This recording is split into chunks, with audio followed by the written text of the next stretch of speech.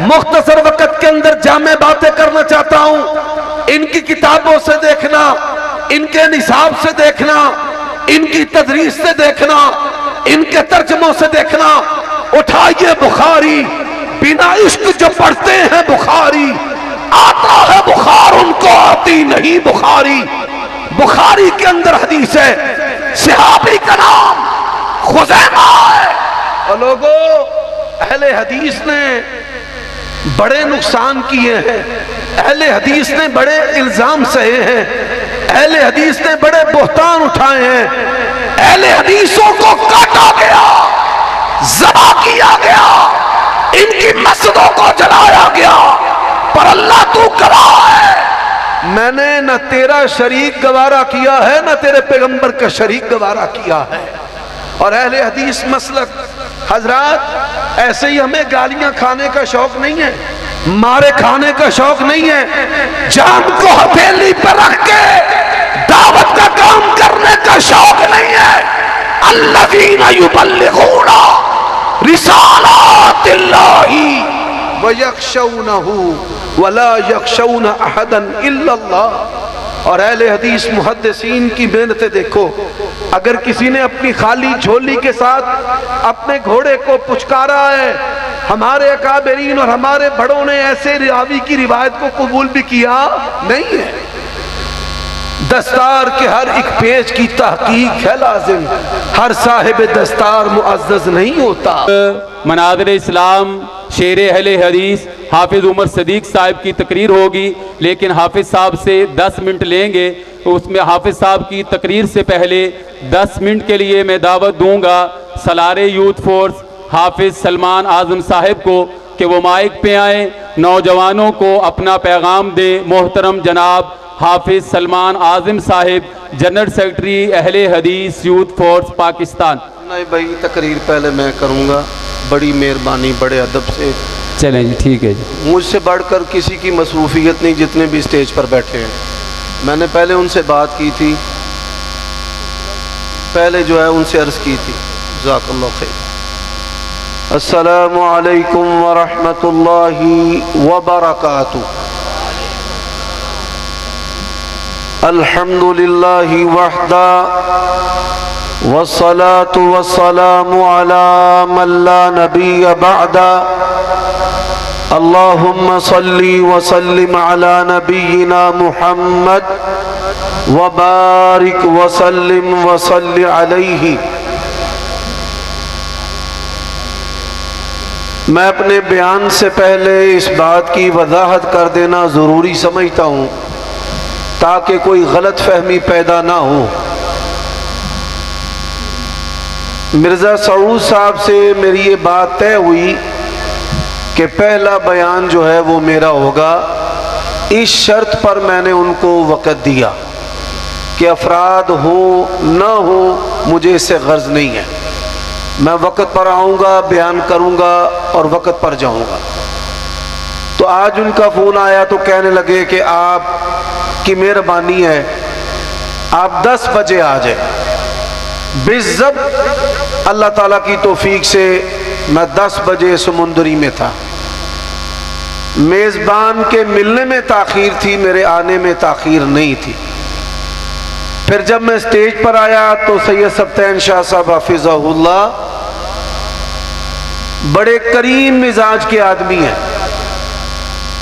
کئی دفعہ ایسے ہوا ہے کہ وہ تقریر کر رہے تھے اور تقریر کرتے کرتے انہوں نے مائک میرے سامنے کر دیا.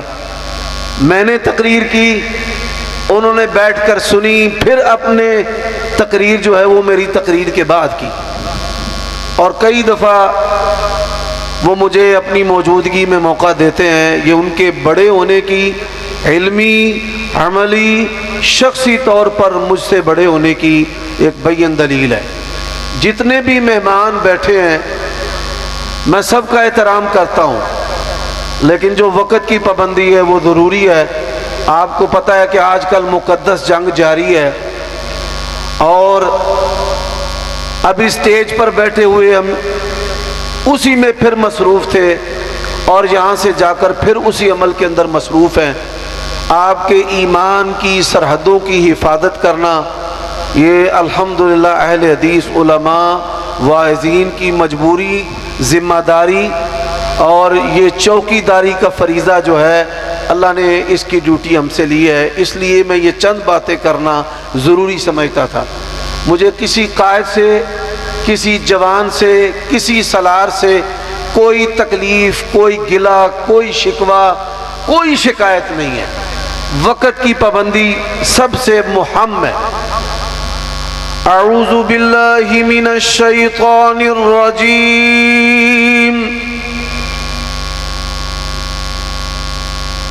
ينزل الملائكة بالروح من أمره على من يشاء من عباده أن أنذروا أنه لا إله إلا أنا۔ عیوب اور نقائص سے منزہ اور پاکیزہ تمام قسم کی حمد و ثنا اللہ وحدہ لا شریک لہ کے لیے، اور درود و سلام شفیع للمذنبین خاتم النبیین رسول کریم رؤوف الرحیم صلی اللہ علیہ وآلہ وسلم کی ذات اقدس پر۔ حضرات، دنیا کے اندر انسانوں کی تعداد 7 ارب کے قریب ہے، اور مسلمانوں کی تعداد 2 ارب کے قریب ہے، اور مسلمانوں کی اکثریت فرسودہ روایات، تقلید، اکابر پرستی، خاندانی طور طریقے اور خانقاہی نظام، خوف اور طمع اور امید، مختلف اسباب ہیں جن کی وجہ سے شرک اکبر کے اندر غرق ہے، اور سب سے زیادہ ضرورت اللہ تبارک و تعالیٰ کی توحید کی دعوت ہے، اور نبی علیہ السلام کی نبوت و رسالت، اس کو تسلیم کرنا اور اس کے تقاضے ہیں۔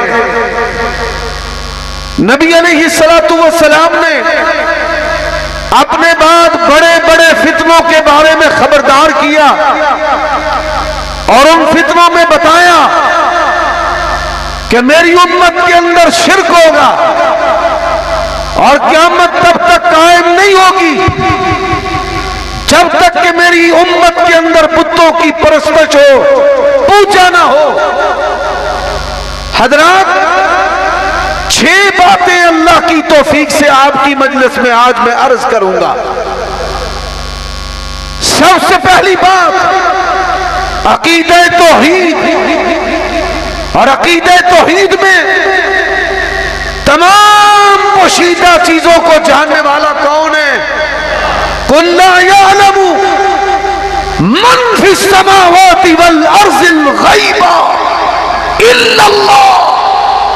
آج بدعقیدگی، شرک، مخلوق پرستی، قبر پرستی، اس کا ایک بنیادی سبب ہے کہ اس نے جان لیا اور اس کو سب پتہ چل گیا، اور اس نے ساری خبریں دے دی، اور اس نے سب کچھ ہی بتا دیا۔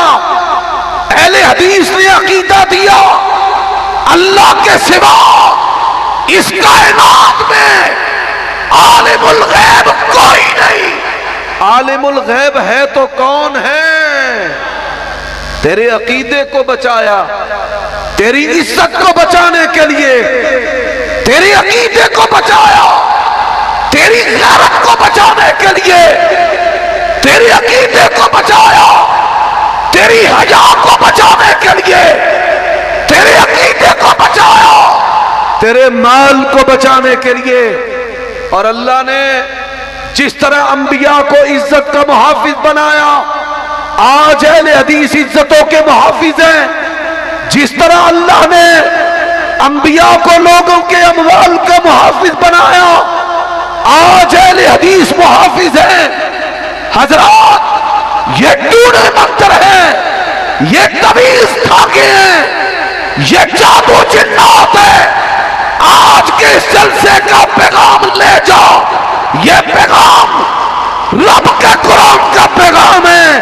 قُلْ لَا يَعْلَمُ مَنْ فِي السَّمَاوَاتِ وَالْأَرْضِ الْغَيْبَ إِلَّا اللَّهُ۔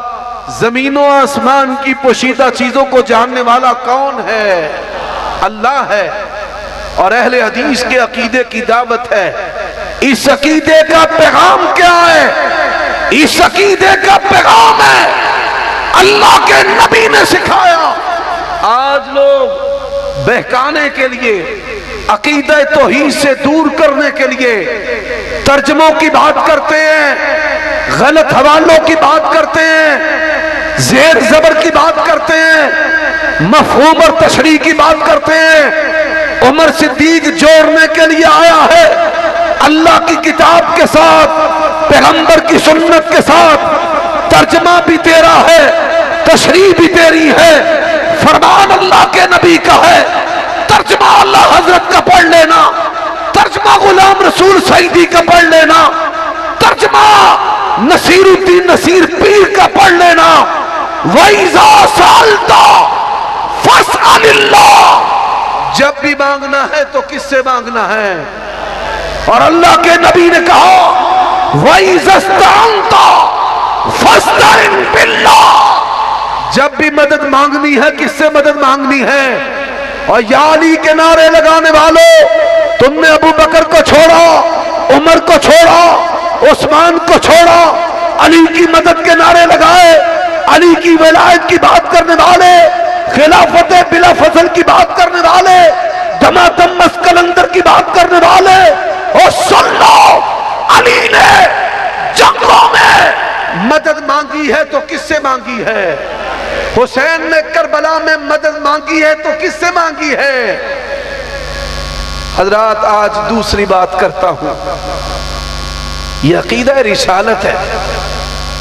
ہر مسلمان جو ہے وہ نبی علیہ السلام کے ساتھ اپنی محبت کا اظہار کرتا ہے اور اسے کرنا بھی چاہیے، پر یاد رکھو گلا تو گھوڑ دیا تیرا اہل مدرسہ نے، بتا کہاں سے آئے صدا لا الہ الا اللہ۔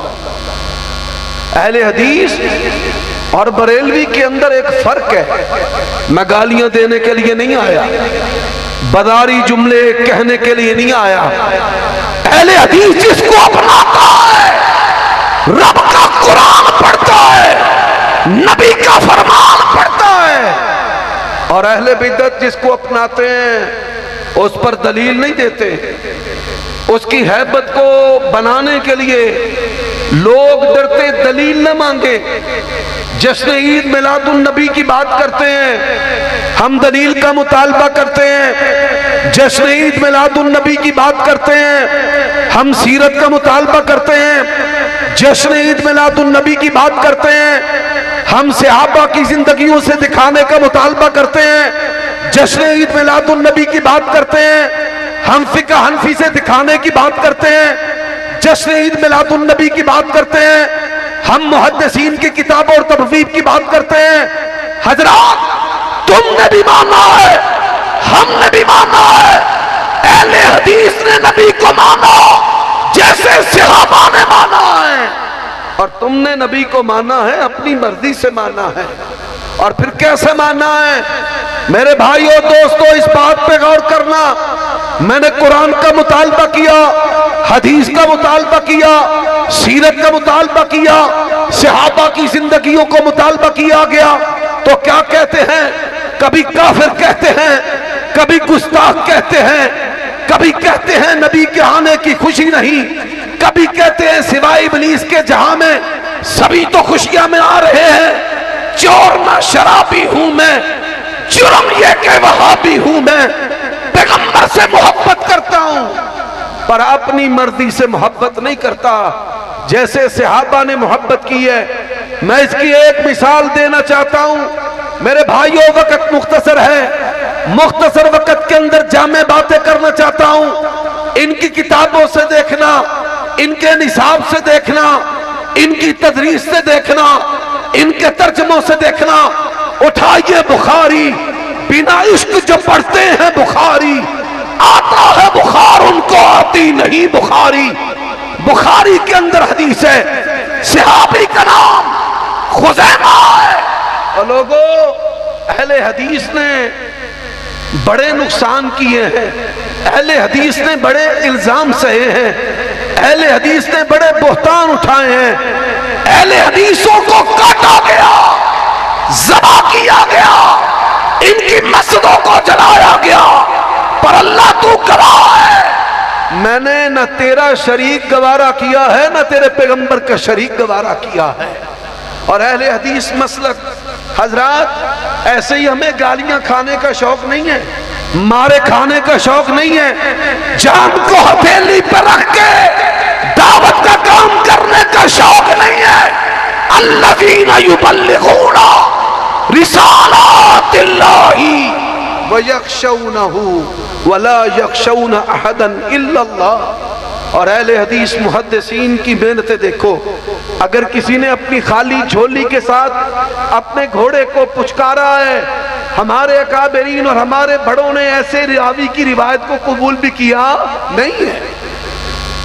دستار کے ہر ایک پیج کی تحقیق ہے لازم، ہر صاحب دستار معزز نہیں ہوتا۔ اور ہم جبہ کبا کے اعتبار کی بات نہیں کرتے، اہل حدیث کو اگر منوانا ہے اللہ کا قرآن پڑھنا پڑے گا، پیغمبر کا فرمان پڑھنا پڑے گا۔ اور اس صحابی کا نام خزیمہ ہے۔ آج ہماری محبت کو بھی دیکھ، ہم امت کے اموال سے نہیں کھیلتے، نہ کل ہے، کل بھی آمدنی کا ذریعہ ہے، نہ دسواں ہے، نہ چالیسواں ہے، نہ برسی ہے، نہ ششمائی ہے، نہ بازاروں کو سجانا ہے۔ ان کی محبت کس طرح کی ہے حضرات، اگر دیکھنا ہے، نام نبی آتے ہیں تو جھوم جھوم جاتے ہیں، اور فرمان نبی آتے ہیں تو گھوم جاتے ہیں۔ اجناتے پڑھنے والوں پہ لوگ لاکھوں نچاور کر رہے ہیں، اور مفتی چیخ رہے ہیں، رو رہے ہیں، اور کیا کہہ رہے ہیں، ماتم کر رہے ہیں اس بات پر کہ سونا آیا تے سج گئے گلیاں بازار۔ اللہ کے نبی زندگیوں کو سجانے کے لیے آئے تھے، گلیوں کو سجانے کے لیے نہیں آئے تھے۔ مجھے بتایا جائے 23 سالہ دور نبوت میں پیغمبر نے مدینے کی کس گلی کو سجایا تھا، صحابہ نے کس گلی کو سجایا تھا؟ ان کو تو پتا تھا کہ اللہ کے نبی نے کہا احب البلاد الی اللہ مساجدها، اللہ کی پسندیدہ جگہ مسجدیں ہیں۔ آج مسجدیں ویران ہیں، آج مسجدیں عشاق کو ترس رہی ہیں۔ عاشقان رسول جو ہیں وہ کدھر گئے؟ مسجد تو بنا دی شمبر میں۔ ایمان کی حرارت والوں نے، من اپنا پرانا پاپی ہے برسوں میں نمازی ہو نہ سکا۔ مسجدیں سجانے کا حکم تھا، ہم نے بازاروں کو سجانا شروع کر دیا۔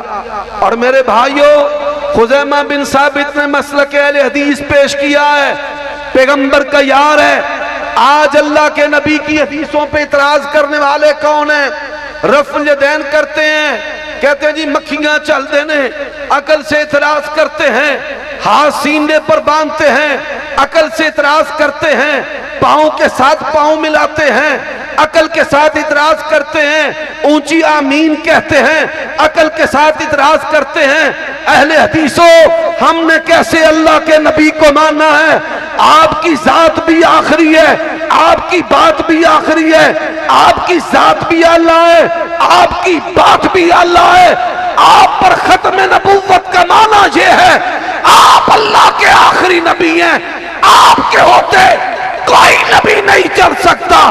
اللہ کی قسم ہے آپ کی بات کے ہوتے کسی اور کی بات چل سکتی؟ اور ہوا کیا؟ اللہ کے نبی علیہ السلام نے یہودی کے ہاتھ میں گھوڑا دیکھا۔ میں صدقے واری اس گھوڑے دے، او حسین دے گھوڑے دا تذکرہ کرن والوں،